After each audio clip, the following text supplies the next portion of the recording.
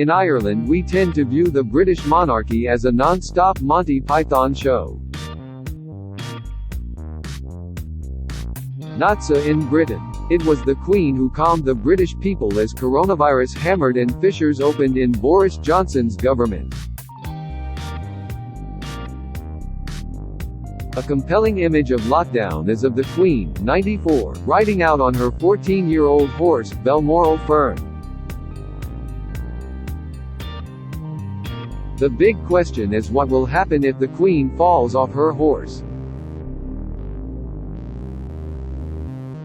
This week her second son Prince Andrew is at loggerheads with U.S. prosecutors. He says he is co-operating with the Jeffrey Epstein investigation. They say otherwise. Kate Middleton, or her friends, is in a tussle about the source of a particularly nasty profile in Tatler. The sheer volume of negative comment about Markle in the year she was a senior royal indicates a covert racism. And the weekend blitzkrieg of royal PR, the Sky News big interview with Prince Charles and the Sunday Times big interview with Sophie Wessex, the Wessexes are 11th in the succession line, indicates a rustling in the dovecotes not seen since Diana's death. The irony is there was one who could have saved them from themselves, one who, at this extraordinary time, would have been a real people's princess. There is only one wrong thing to say. And that is to say nothing. That was Meghan Markle speaking from America in the aftermath of George Floyd's murder. She said more in her roll call of black people killed by police. But those words penetrated one complexity around the Black Lives Matter movement, the paradox that rightly asserts that white ethnic groups have no right to speak in the face of the institutionalized murder of a black man, but also asserts that to be silent is to be complicit. Her words offer a means through the guilt, the imperative that racism be confronted. Everywhere, at all times, in all ages. She knows. Because when all is said, she was at the receiving end of the very same brand of racism that all the Irish schoolchildren on countless programs over these weeks have cited.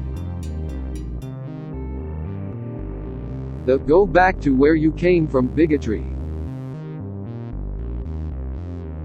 Negative comment. Never did the monarchy need Meghan Markle as they do now.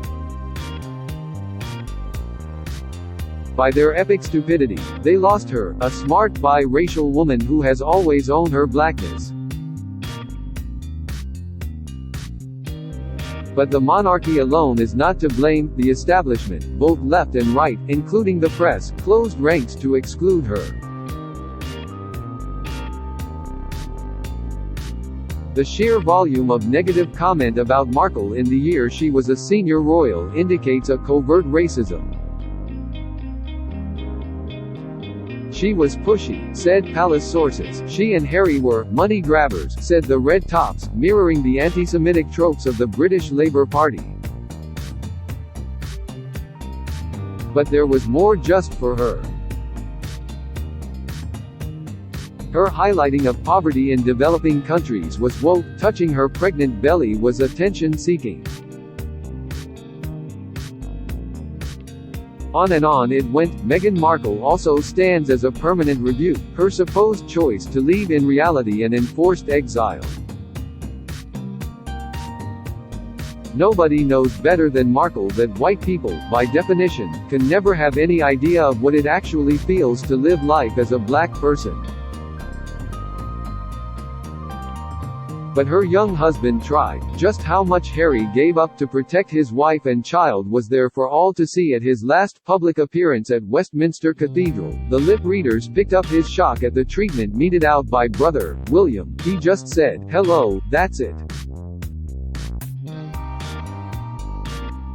Windrush generation. All British institutions now declare that Black Lives Matter. But the Windrush generation, the Caribbeans invited to rebuild Britain after the war and recently told to go home, gives the lie to that.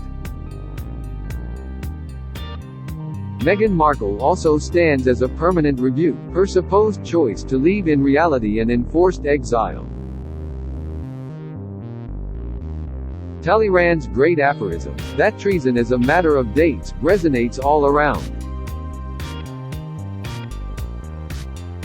It strikes me that there's more than a touch of the French Revolution about these times. And that's just the British monarchy. Perhaps the Queen has need of a Talleyrand, one who can navigate monarchy as easily as revolution. Because the tabloid tumbrils are running. For Prince Andrew claims that he had sex with Virginia Giuffre, aged 17. Thus far, Andrew has one proven crime, his belated renunciation, out of skewed loyalty, of his ill-advised friendship with Jeffrey Epstein.